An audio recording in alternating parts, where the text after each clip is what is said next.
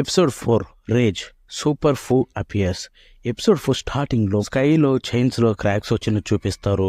దానికి reason Vegito and evil Saiyan యొక్క మధ్య జరిగిన పోరు. సో వాళ్ళ మధ్య ఎంతో ఘోరంగా జరుగుతుంది. దానివల్ల వెగేటో ఇద్దరు ఇక వాళ్ళ ఎనర్జీ మొత్తం యూజ్ చేయడం వల్ల విడిపోతారు. గోకు వెజిటా ఇద్దరు వేరు వేరు అయిపోతాడు. వెజిటా అంటాడు మనం పవర్ మొత్తం ఉపయోగించేసామని చెప్పి. ఇక వాళ్ళిద్దరు అక్కడ పడిపోయి ఉంటారు. అప్పుడు గోకు అంటాడు డ్యామ్ తను గ్రేట్ ఏప్గా మారిపోయాడు అని చెప్పి.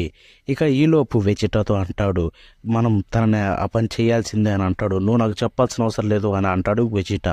అప్పుడు గోకు అంటాడు మనం ఖచ్చితంగా ఆ తోకను కత్తిరియాల్సిందే, పద వెళ్దామని అంటాడు. వెజిటా అంటాడు నువ్వు నాకు చెప్పాల్సిన ఆర్డర్లే మాకు నేనే చేస్తాను అది ఇది అని చెప్పి.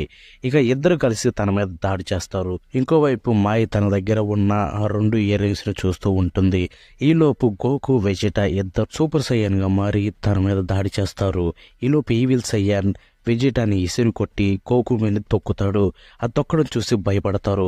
భయపడి వెంటనే ఫ్యూచర్ ట్రంక్స్ తన మీద సూపర్ సైయన్గా మారి దాడి చేస్తాడు. ఈవిల్ సైయాన్ తన తోకతోటి ఫ్యూచర్ ట్రంక్స్ ని ఇసిరి కొడతాడు. ఇక ఈలోపు అక్కడ ఉన్న కోలాకి ఓపిక నశిస్తుంది. తను చాలా ఓవర్ చేస్తున్నాడని చెప్పి వెంటనే కోల తన మీద దాడి చేస్తాడు. దాడి చేసినా ఏం లాభం ఉండదు. తను తిరిగి కోల మీద దాడి చేస్తే కోల ఎగిరి చాలా దూరం పోతాడు. అప్పుడు అనుకుంటాడు అసలు ఈడేంటి ఎంత పవర్ఫుల్గా ఉన్నాడు అని చెప్పి అనుకుంటాడు. ఇంకోవైపు చూసుకుంటే అక్కడ స్కైలో క్రాక్స్ అనేది ఇంకా పెరుగుతూ ఉంటాయి.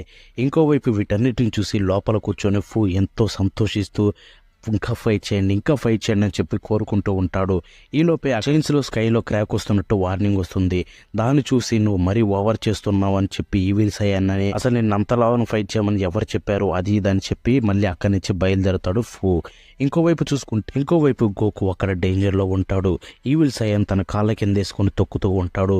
గోకు ఎంత ప్రయత్నించినా ఈవిల్ సైయాన్ని పక్కకు కదిలించలేకపోతాడు.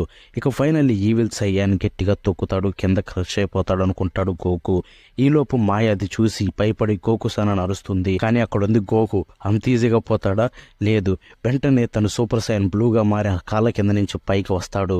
పైకి రాగానే ఆగకుండా వెంటనే తన మీద దాడి చేస్తాడు. కయోకైన్ ఉపయోగించి 20% తన మీద దాడి చేస్తూ ఉంటాడు. అయినా కానీ తనకు పెద్ద ఎఫెక్ట్ కలిగించదు. వాళ్ళిద్దరి మధ్య అలా ఫైట్ జరుగుతుండగా సడన్గా అక్కడికి ఒక భీమ్ వస్తుంది.